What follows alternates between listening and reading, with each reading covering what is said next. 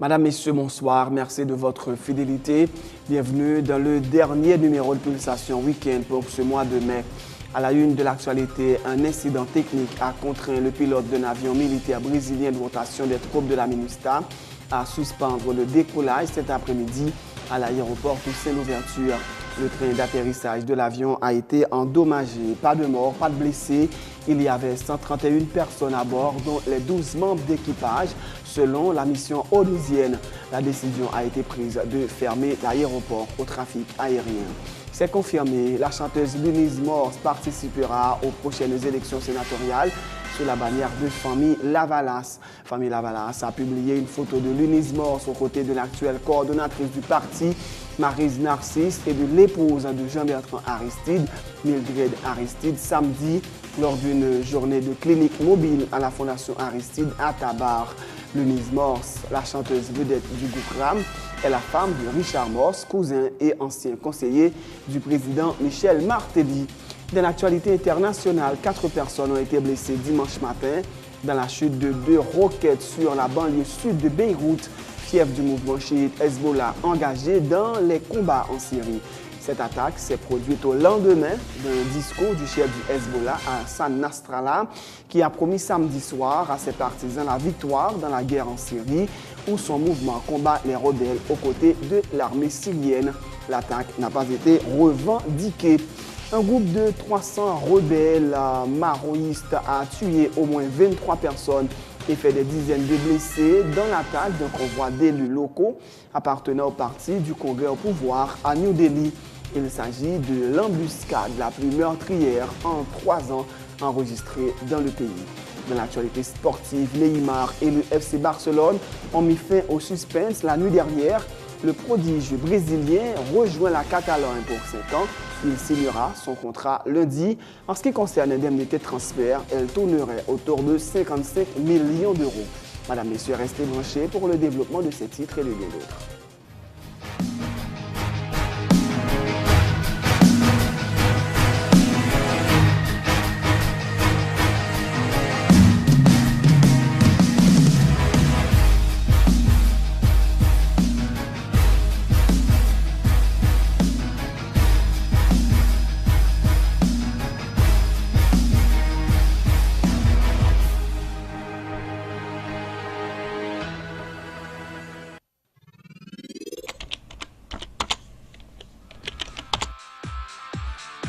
Bienvenue à cette édition d'Information Pulsation, l'essentiel de l'actualité de la journée. Merci de votre fidélité. Bienvenue dans ce premier numéro de Pulsation Week-end.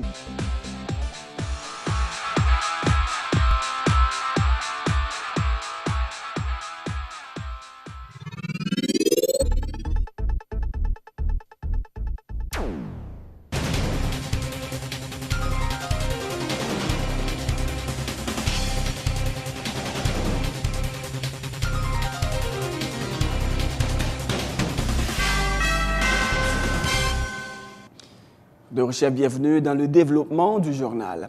Un incident technique a contraint le pilote d'un avion militaire brésilien de rotation des troupes de la MINUSTAH à suspendre le décollage cet après-midi à l'aéroport Toussaint-Louverture. Le train d'atterrissage de l'avion a été endommagé, pas de morts, pas de blessés. Il y avait 131 personnes à bord, dont les 12 membres d'équipage. La décision a été prise de fermer l'aéroport au trafic aérien. Les explications de Marcos Santos, le chef du bureau de communication de la MINUSTAH.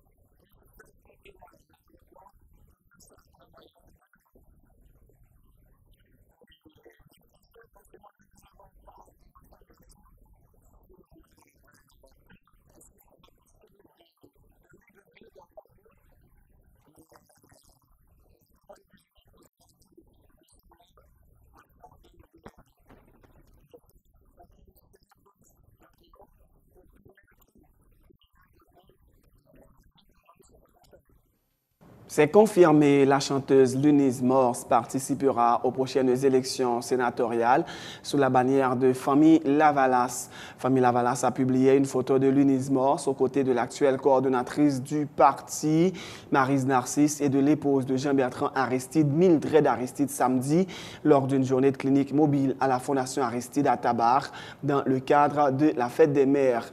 Lunice Morse a chanté pour l'assistance composée de militants de Famille Lavalas. Lunice Morse, la chanteuse vedette du groupe RAM, est la femme de Richard Morse, cousin et ancien conseiller du président Michel Martelly. Le porte-parole du Premier ministre Kedler Augustin confirme que Laurent Lamotte, actuellement en voyage à l'étranger, n'aura pas le temps de répondre à la convocation du Sénat fixée au mardi 28 mai, mais sera au Grand Corps 3 jours plus tard, soit le vendredi 31 mai. Le chef du gouvernement est invité à donner aux pairs conscrits des explications, entre autres sur l'utilisation des 5 milliards de gourdes débloqués pendant la période d'urgence post-Sandy. Maître Kedler Augustin précise que seulement 2,1 milliards de gourdes ont été engagés par le gouvernement et assure que le chef du gouvernement est en mesure d'expliquer aux parlementaires l'utilisation qui a été faite de ce fonds. Le porte-parole du Premier ministre a tenu ses propos à l'émission Sans détour de Marie-Lucie Bonhomme à suivre ce soir à 20h. Moi, je garantis que le Premier ministre lui-même l'a venu 31 et c'est ça qui fait que le débat n'a pas même besoin de fait effectivement. C'est une difficulté qui fait que le pas de répondre convocation dans leur fête. Bon, différence 2 jours ou 3 jours, ça ne peut déranger dans rien. Le 31, le Premier ministre a donc finalement, nous avons une explication sur nous avons explication. Pas aucun problème pour ça. Si vous êtes là, si vous êtes tout là, même pas doit devancer le Premier ministre. Même qu'à faire rectification pour me dire que 5 milliards, pas de 5 milliards effectivement, les 5 milliards ont été engagés, mais il y a 2,1 milliards qui étaient décaissés. Donc on comment que vous passez. On voulait faire différence seulement de un montant qui était engagé et décaissé. Il est engagé, nous dit là pour ça, mais en fait, dans la réalité, c'est 2,1 et quelques milliards qui étaient décaissés effectivement. Donc reste l'argent là. Donc le parlementaire n'a pas besoin d'attendre, il n'y a pas besoin d'explications sur tout le reste là qui n'est pas décaissé véritablement et que je crois que le Premier ministre a assez de détails sur ça pour le nous. Ok, 2,1 milliards et ça nous fait avec finalement. Il va aller normalement dans l'agriculture et puis avec travaux publics, transport et communication et puis le ministère de la planification qui a gagné quelques milliers pour transférer sur FAES pour venir en secours monde qui a besoin dans un moment de catastrophe humanitaire. C'est une question de forme. Vous remarquez que le parlementaire interpellateur, à chaque fois, il va parler, il dit que ce n'est pas ni dans la convocateur, merci. Ce n'est pas ni dans la radio, ce n'est pas ni dans la télévision, ce n'est pas ni dans le conseil de gouvernement pour le gouvernement venir expliquer qui ça le fait. Mais en même temps, même c'est dans la radio, ils accusent le gouvernement chaque jour. Donc, moi, je souhaité que le sénateur vienne nous attendre. Mais je suis prêt pour vous. 31, et je crois qu'il y a toute explication. Nous avons posé la question à tout. Quelle est la différence si nous avons rencontré mardi, nous rencontré vendredi? Qui ça fait, véritablement? Quel est le problème qui se pose? Quel est le problème qui se pose? Dans ce cas, ça, si nous estimons que la quitter forme, la pour arriver son conflit, c'est ce que vous voulez? Après convoquer, ou interpeller. Vous ne voulez pas après convocation, on va interpeller et puis débat fini dans le cadre démocratique. Non, on a 12-13 sénateurs. Par contre, non, c'est comme ça, moi, constitution a dit. Par contre, qui ça vient, qui ça va. Même qu'on est que, bras de fer qu'on a annoncé là, nous ne pouvons pas le battre ni jouer, mais l'autre bagarre capable de faire la loi, c'est interpeller. Ah oui, parce qu'on est à l'aise. C'est pour qu'on si mal à l'aise, il ne doit pas accepter. C'est ça le problème. Donc, si vous connaissez ça, sénateur, je pense qu'il faut que vous veniez 31. Ou pas qu'à fond bagarre. Faut venir 31, ça va la provoquer. On va la provoquer, non mais la provoquer. Eh bien, nous demandons 31. Si vous ne pas accepter, nous attendons de convoquer nous encore pour nous venir. Pour Steven Benoît, l'un des sénateurs convocateurs, le Premier ministre continue de faire preuve d'irrespect envers le Parlement en choisissant de reporter délibérément la date de la convocation sans aucun motif. Steven Benoît rappelle qu'en plus des 5 milliards de gourdes débloqués pour la période d'urgence, le chef du gouvernement doit également s'expliquer sur l'utilisation de près d'1 milliard de dollars du Fonds Petro-Caribé engagé selon lui dans des programmes dits d'apaisement social. Steven Benoît. L'on invité ou l'on décidé pas venir. L'on convoqué. Si on suit le fonctionnement de l'autre pouvoir qui est législatif là, c'est pour venir. Sous malade. Ou bien quelqu'un comme a fait, un gros bail a fait, ou qui a expliqué qu'on ne peut pas venir et le parlementaire comprendre. Mais là, on ne peut pas manquer de motif. Et ce qui est pire, c'est que depuis vendredi, on finit la mission là, je dis à le Premier ministre, il a Miami. Donc, au contraire, si on a urgence, aussi important que yo convoqué, je pense que vendredi soir, tu as porté Port-au-Prince pour samedi matin, pour chita avec le cabinet ministériel pour préparer samedi, dimanche, lundi, pour mardi, pour venir répondre à la convocation. Mais c'est ça, et pas ça que fait là. Monsieur Lamotte est en week-end avec sa famille à Miami, et on dit, pas qu'à venir mardi, et apparemment, il rentre de Miami lundi ou mardi. Là, moi, je pense que ce soit qui totalement inacceptable. Mais je m'appelle deux bails ou dit que c'est pas tout comme là qui décaissé, mais qui engagé. M'appli sous site ministère économie et des finances MEF haiti.gouv.ht deux bagailles. Construction aéroport international de Caille. Total prévision 6 millions de dollars. En février 2013, nous avons dépensé 6 millions de dollars. Nous avons un solde de 1,3 million de dollars. Taux d'exécution construction aéroport au Caille là, 83%. Nous avons même commencé. Estrella. Deuxième exemple. Construction aéroport international Île-à-Vache. Combien comme l'a coûté? 5 millions de dollars américains. Qui film qu'a fait encore Estrella, qu'on est gonti la Dominicain, il faut remettre comme yo, donc Dominique a fait comme. Estrella. En février, bah la marqué état de décaissement.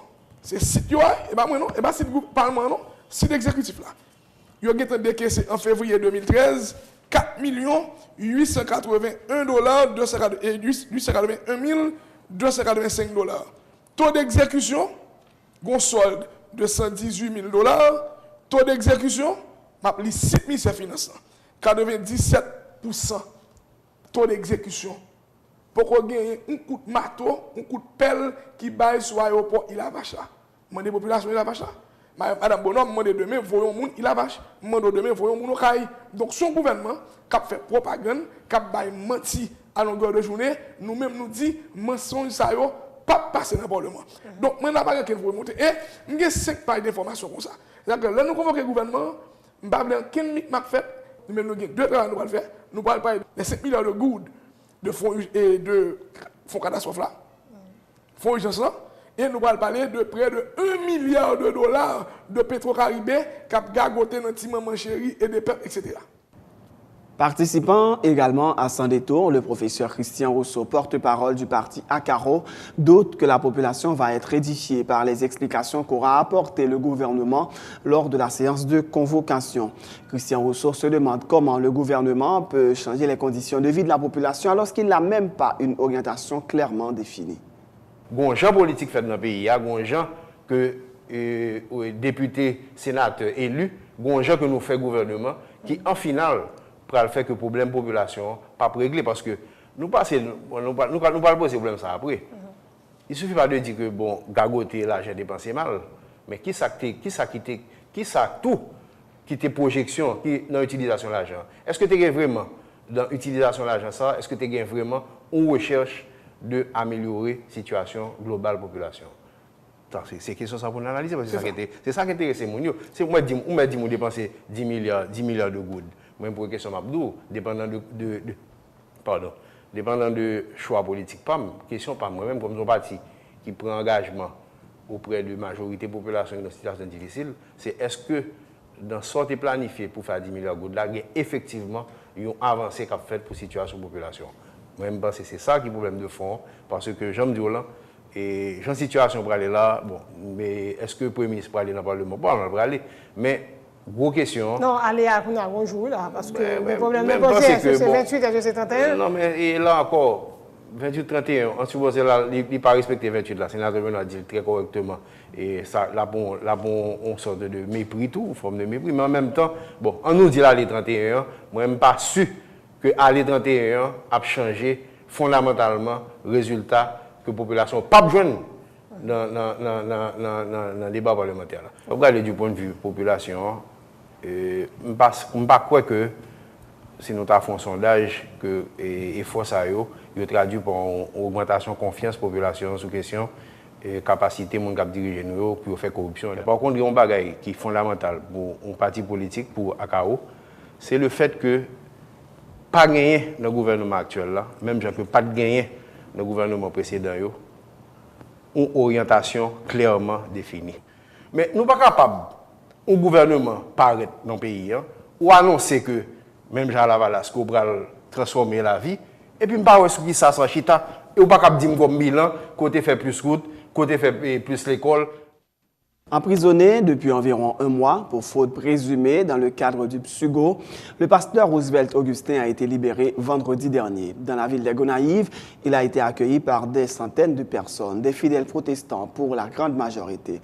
L'occasion pour l'ex-détenu de dénoncer son arrestation qu'il qualifie d'illégale et arbitraire. M. Augustin a également fait le point sur les conditions lamentables dans lesquelles il a été incarcéré avec plusieurs bandits notoires, a-t-il indiqué. Quelque chose pour nous et nous pile souffrance en dedans, nous espérons que le bagage ça fini dans le pays et fait des arrestations arbitraires pour les là faire salver quand le bagage ça fini séquestration ça va fini parce que il y a trois prisonniers qui souffrent, il y a trois personnes qui souffrent injustement. En tout cas nous baillons Dieu gloire.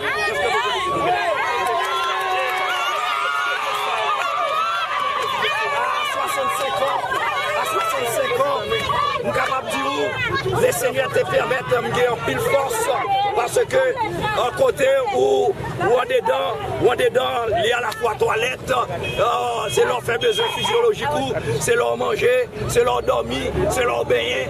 Donc c'était vraiment une expérience, t'avais dit, qui était amère, mais nous avons bon Dieu avec nous.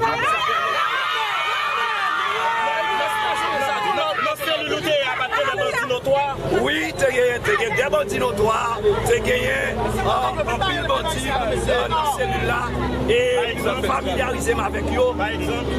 Bon, par exemple, je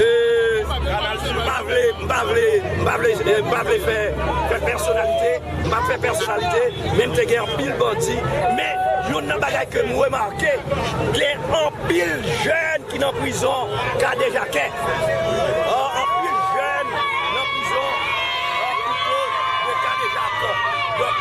Ça fait, et nous espérons rééduquer jeunesse là pour permettre normalement souffrance. Est-ce que l'expérience va faire regret sur la vie politique? Au contraire, c'est un gré au bon moment. Les membres du directoire du mouvement chrétien pour une nouvelle Haïti ont remercié tous ceux qui ont œuvré pour la libération du pasteur Roosevelt Augustin. Pour le député Sadak Dieudonné et Maître Arsène Juste, cette arrestation n'a été qu'une tentative d'intimidation. Donc, renforcer l'équipe là. Je dis à la tour une bagaille.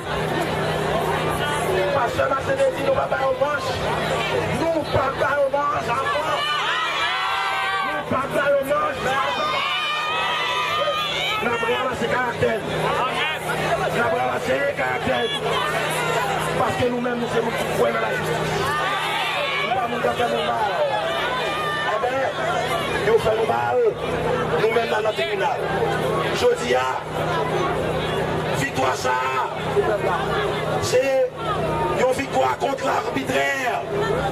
Son victoire, libération pasteur Roosevelt avec Emmanuel Baptiste. Son victoire contre l'injustice et contre l'arbitraire.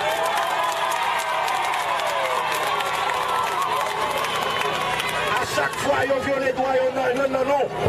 C'est droit tout le monde violé. Je dis à ces pasteurs Roosevelt avec Emmanuel Baptiste, demain matin, c'est nous-mêmes, nous tous. Faut qu'on va ramasser caractère pour dire la ça nous va d'abord.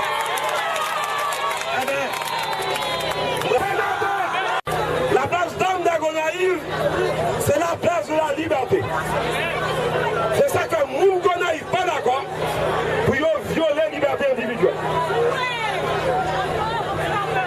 Gonaïve, c'est cité de l'indépendance. Donc cité de la liberté. En tant que tel, Gonaïve pas jamais d'accord pour violer la liberté publique. Gonaïve pas jamais d'accord pour nous faire arbitraire, pour nous faire injustice, pour nous faire illégalité. Gonaïve pas jamais d'accord pour nous mettre tête au-dessus de la République, pour jugement au nom de la République, et puis nous mettre tête au-dessus de la République. Gonaïve pas jamais d'accord au bagaille comme ça. C'est la fin de ce journal. Juste avant de vous quitter, voici un dernier rappel des titres. Un incident technique a contraint le pilote d'un avion militaire brésilien de rotation des troupes de la MINUSTA à suspendre le décollage cet après-midi à l'aéroport Toussaint-Louverture. Le train d'atterrissage de l'avion a été endommagé. Pas de morts, pas de blessés. Il y avait 131 personnes à bord, dont les 12 membres d'équipage, font savoir les responsables de la MINUSTA. C'est confirmé, la chanteuse Lunice Morse participera aux prochaines élections sénatoriales sous la bannière de Famille Lavalas. Famille Lavalas a publié une photo de Lunice Morse aux côtés de l'actuelle coordonnatrice du parti, Maryse Narcisse, et de l'épouse de Jean-Bertrand Aristide, Mildred Aristide, samedi lors d'une journée de clinique mobile à la Fondation Aristide à Tabar. Lunice Morse, la chanteuse vedette du groupe RAM, est la femme de Richard Morse, cousin et ancien conseiller du président Michel Martelly. Dans l'actualité internationale, 4 personnes ont été blessées dimanche matin dans la chute de 2 roquettes sur la banlieue sud de Beyrouth, fief du mouvement chiite Hezbollah engagé dans les combats en Syrie. Cette attaque s'est produite au lendemain d'un discours du chef du Hezbollah, Hassan Nasrallah, qui a promis samedi soir à ses partisans la victoire dans la guerre en Syrie, où son mouvement combat les rebelles aux côtés de l'armée syrienne. L'attaque n'a pas été revendiquée. Un groupe de 300 rebelles maoïstes a tué au moins 23 personnes et fait des dizaines de blessés dans l'attaque d'un convoi d'élus locaux appartenant au parti du Congrès au pouvoir à New Delhi. Il s'agit de l'embuscade la plus meurtrière en 3 ans enregistrée dans le pays. Dans l'actualité sportive, Neymar et le FC Barcelone ont enfin mis un terme au suspense. La nuit dernière, le prodige brésilien rejoint la Catalogne pour 5 ans. Il signera son contrat lundi. En ce qui concerne l'indemnité de transfert, elle tournerait autour de 55 millions d'euros. C'est la fin de ce journal. Merci de l'avoir suivi. Bonne suite de programme sur Télé Pluriel.